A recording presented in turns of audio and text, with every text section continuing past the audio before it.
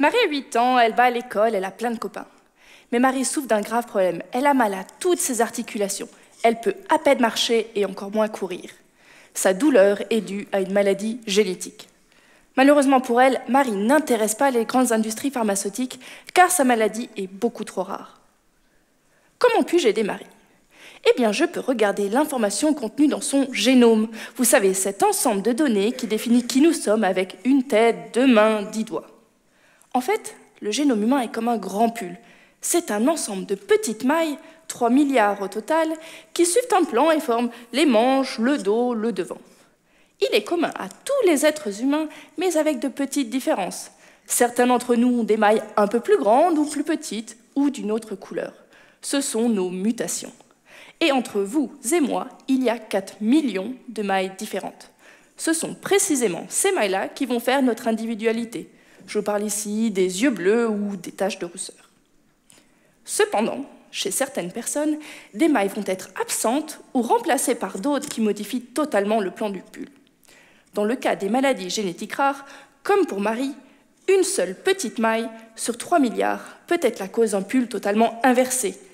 Et il est difficile de trouver la maille responsable. C'est encore pire que de trouver ses clés dans son sac à main. En tant qu'expert dans ce domaine, c'est là que j'interviens. Via l'utilisation de super ordinateurs, je crée des logiciels informatiques qui me permettent de trouver précisément quelle est la maille responsable. Comment cela fonctionne ? Tout d'abord, je détricote le pull de Marie et je regarde les mutations qui la rendent différente de vous et moi non malades. Puis, je cible mes recherches sur les mailles qui peuvent avoir un impact sur les articulations. J'obtiens en moyenne une dizaine de mutations potentiellement responsables. Je les analyse maintenant une par une et sélectionne celles qui expliquent le mieux la maladie. Mais comment être sûr que cette maille est bien la maille ? Je regarde si les autres membres de la famille de Marie malade sont également porteurs de la même mutation. A l'inverse, est-ce que les proches non malades ne l'ont pas ? Si mon hypothèse se vérifie, bingo, j'ai trouvé la cause génétique de la maladie de Marie. Si ce n'est pas le cas, je recommence mon analyse avec les autres mutations qu'elle a. Mais à quoi cela sert de connaître la cause génétique d'une maladie ? Tout d'abord, c'est très important pour Marie et ses parents qui peuvent savoir ce qu'elle a précisément. Elle peut avoir des soins adaptés. C'est la médecine personnalisée.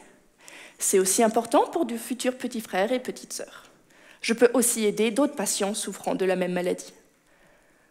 Au final, j'ai pu aider Marie. Par contre, mes clés, je cherche toujours. Merci.